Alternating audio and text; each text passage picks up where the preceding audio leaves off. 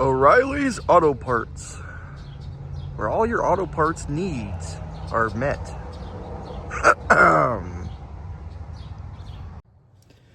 All right, well, to pick up where I left off from last weekend, working on the 1968 Ford Mustang Coupe GT with its hot pink 302 and transmission, we're going to be installing the service plate to the transmission.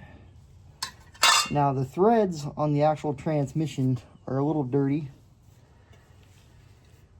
and I don't have the right cleaner. I do have electric parts cleaner, good enough. I think I'm going to take the rag and put it on the other side, that way I don't make a big mess.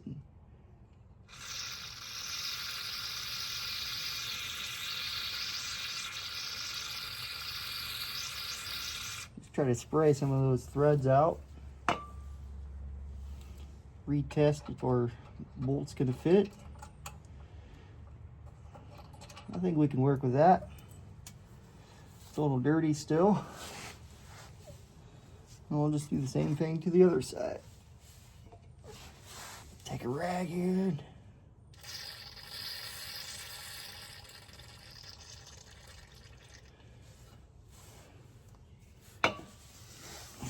You know, if I had the right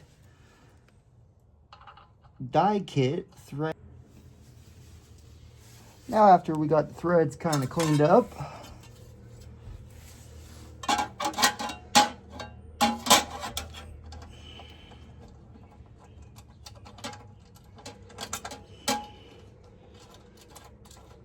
there's one side.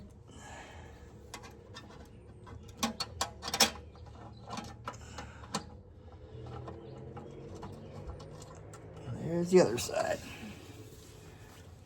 Now I am using lock washers on these bolts.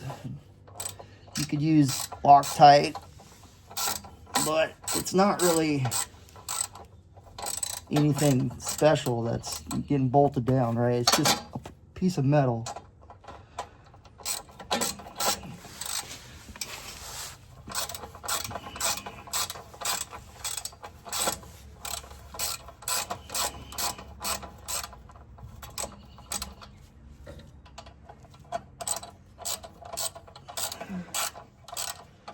Its main purpose is to keep stuff out of the transmission. And then, when you want to check on things like if the flex plate, the teeth on the flex plate are getting wore out, or if the flex plate in general, in my situation, is getting wore out, all you have to do is unbolt it and check it out. You can also check for other things, like if your rear main seal is leaking on the motor, or if the seal to the transmission is leaking, that kind of stuff.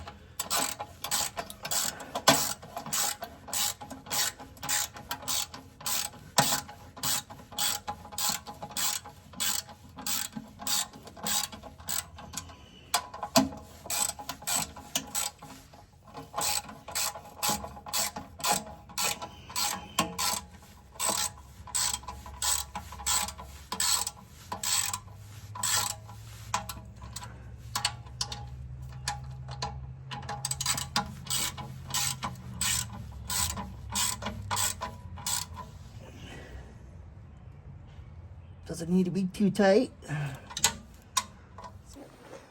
because I'm short.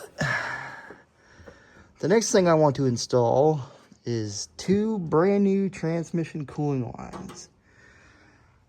I've already tried fishing these through the bottom, and as you can see on the 4-core aluminum radiator, I put a good sized dent in it, which I don't want to do. So, there's a few ways that I see on how to install these. Either I can take all that out, the radiator, maybe the fan, maybe the bottom hose there, or I can just take that side of the motor mount off, which I'll have to jack the motor up I'm thinking underneath the transmission and motor, backside of the motor that is. And then I can take all the bolts off the motor mount, either remove the motor mount all the way or just jack it up enough to where I can get it, the lines through there. So I think that's what I'm going to end up doing.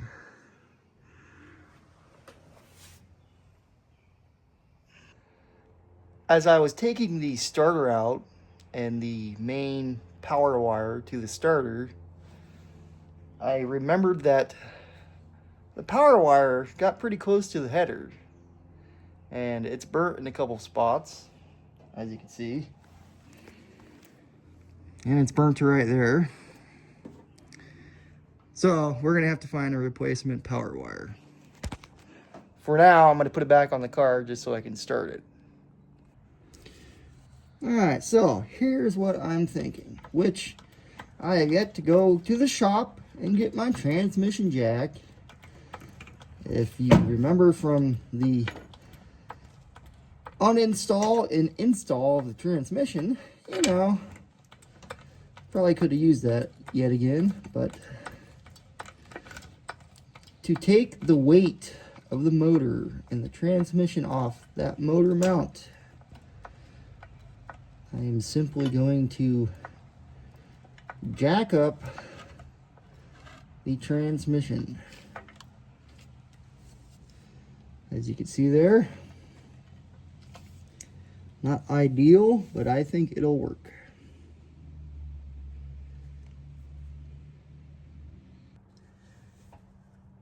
With the transmission jacked up, I will go ahead and unbolt the motor mount.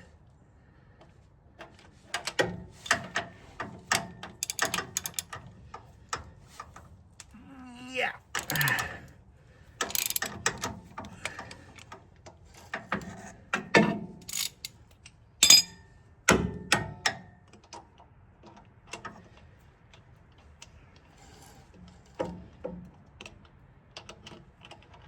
There's one. I do like how everything I take off of this has brand new hardware to it. That's something I did when we first put the car together. I bought all brand new nuts and bolts for this thing. Transmission bell housing bolts, motor mount bolts. I'm kind of thinking by the looks of these motor mounts, you could use a couple new motor mounts, huh? How about that? Would you want to see a video on replacing motor mounts to a Ford 302? Oh, that guy does not want to come off.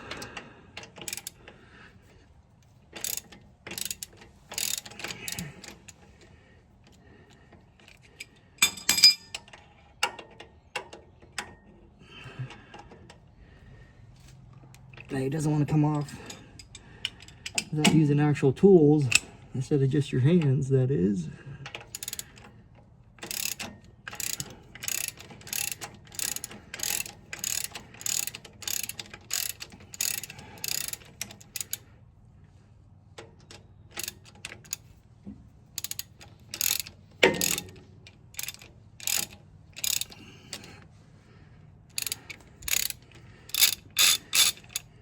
Number 2. Now I am going to actually take the entire motor mount off. You got your main bolt that runs through the motor mount here. That way, it just gives me all this room in here to play with, to put those transmission cooling lines on. I ended up rethinking what I was doing. Now, this also is not ideal. I ended up using my bigger 4-ton jack and a couple chunks of wood on the passenger side of the transmission, with the bolts out of the motor for the motor mount.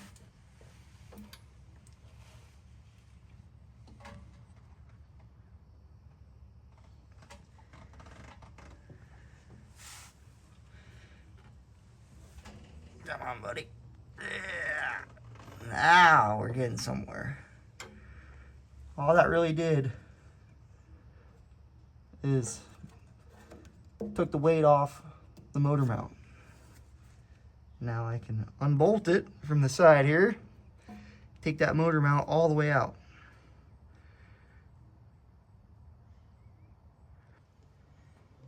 With the transmission and the motor now jacked up, I have a significant gap down here between the motor mount and the actual motor itself.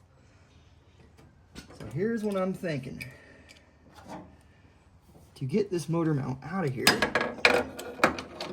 we will unbolt the main bolt that holds the mount onto the frame, the subframe of the motor, which is actually pretty tight. Yeah.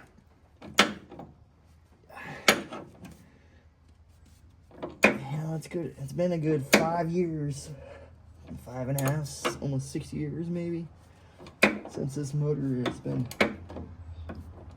taken out of this car or put in this car, whichever way you want to look at it.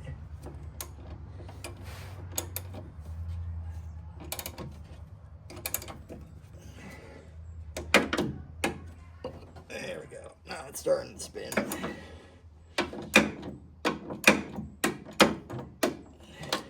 I think we're going to get an extension for that, just to kind of make things a little easier.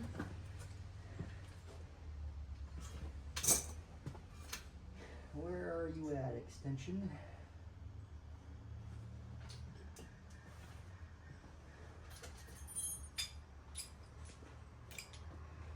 This'll work.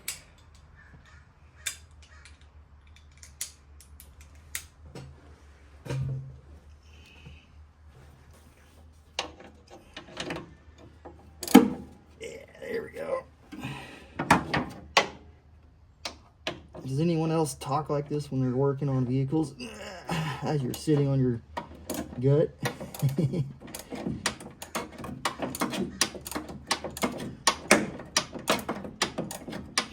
And by now, at this point, I will get a 5/8 wrench instead of the breaker bar.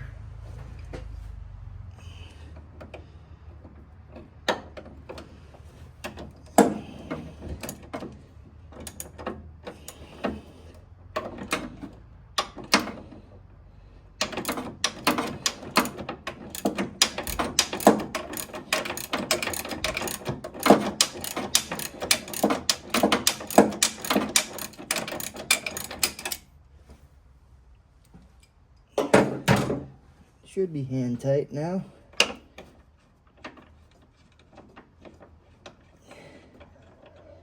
And here I thought I was going to have to use some kind of force to get this bolt out. Came right out.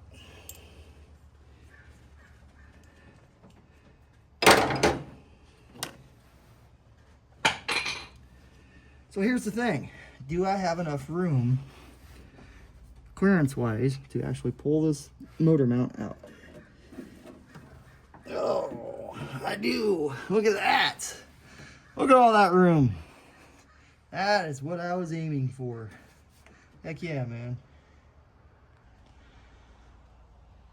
Man, these transmission cooling lines are going to fight me the entire way. So I already fished them through the bottom there.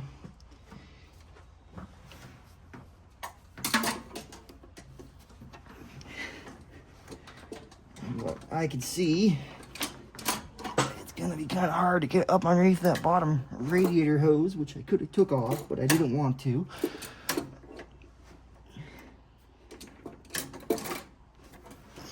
Let's kind of pull them up, tuck them under there.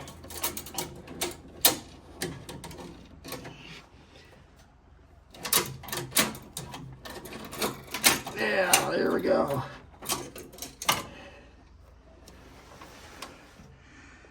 I think I can work with that. They're in there. Not the best way to do it, but they're in there. Now I can connect them to the radiator down there. You got 2 on the radiator and 2 on the transmission. I reinstalled the motor mount and installed the front of the transmission cooling lines, and there's an issue. As you can see, these lines are just not, they're not long enough. So this one has to go way up there. This one I can bend, and it has to go up here somewhere.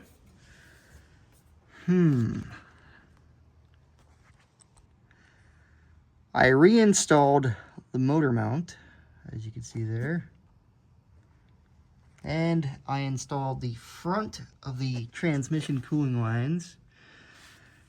But here's the issue. Neither one of these end up where they're supposed to be on the side of the transmission. Now, I did order these directly from summit.com, and they stated they were for a 1967 to 1971, I think, Ford Mustang with the C4 transmission. These are a generic set of transmission cooling lines. I'm not expecting them to fit right away. So I'm going to have to stretch them and bend them and possibly get a straight fitting instead of a 90 up there to make these work. So, I mean, I could bend this a lot to get it to go up into that 90, but I really don't want to do that. The front one, the front of the transmission where that one connects, that's going to be pretty easy. This back one, that's going to be a little more work. A little more work than I was expecting to do, but I think we'll be able to get it done. Another thing I saw as kind of an issue is when I go to reinstall the starter up there, I'm going to have to bend these down anyways just to get the starter in.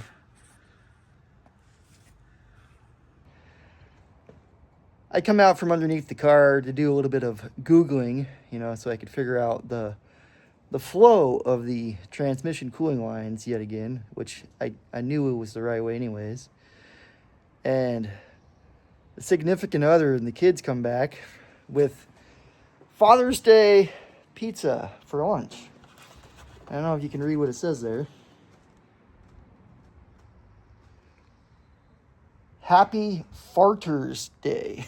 They got some kind of humor, let me tell you. I don't know where they get it from. Well, there's one line. I'll go ahead and tighten it down.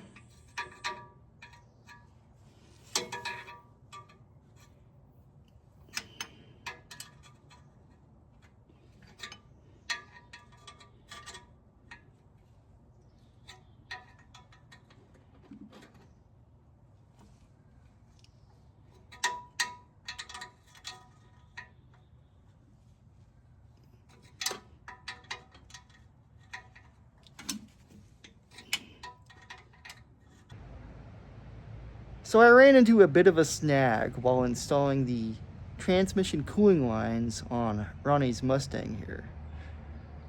I was able to install one of the transmission cooling lines that runs from the radiator to the front of the transmission.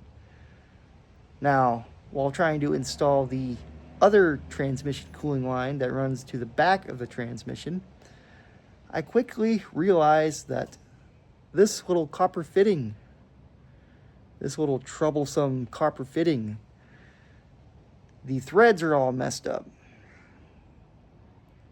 I went back to O'Reilly's Auto Parts, found nothing. Went to AutoZone one time, found something that I thought would fit. It did not. So I went back to AutoZone Auto Parts for the second time today. Nothing. So, I'm going to end this video off by saying, to be continued, and this little copper fitting sucks. All right? To be continued on Ronnie's Mustang build. Really long Thumbs up, pause.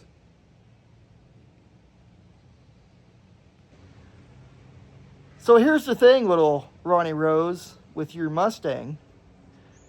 If I cannot find this little copper fitting online, I'm going to sell your car! Please don't. I'm going to sell your car and buy a new Mustang with a Kai Jody motor. No! Why not? I can't do that? Because inside. I like it in the inside. You like the inside? Yeah. Okay. Behind you. Yep, good job, guys. Good job. I'm doing all the other ones. Make sure you get them all. You got it, buddy? Okay. I'm gonna do these ones. That water canteen is almost as big as you are. Good job. Oh. Yeah, that should be fine. Good job, big sister. Oh, you got a little wet. You got a little wet. It's okay, bud. Pretty good. Look at how big these pumpkins are getting. That's amazing. That's amazing. That's amazing. Good job, by the way. Yeah, I knew. Hey, buddy boy. Okay. Good job. High five. Don't leave me hanging. Okay. What? Oh, you got wet? Oh. A little bit of water, you know. Look at down here. Look at down here. That's what it does. Yep.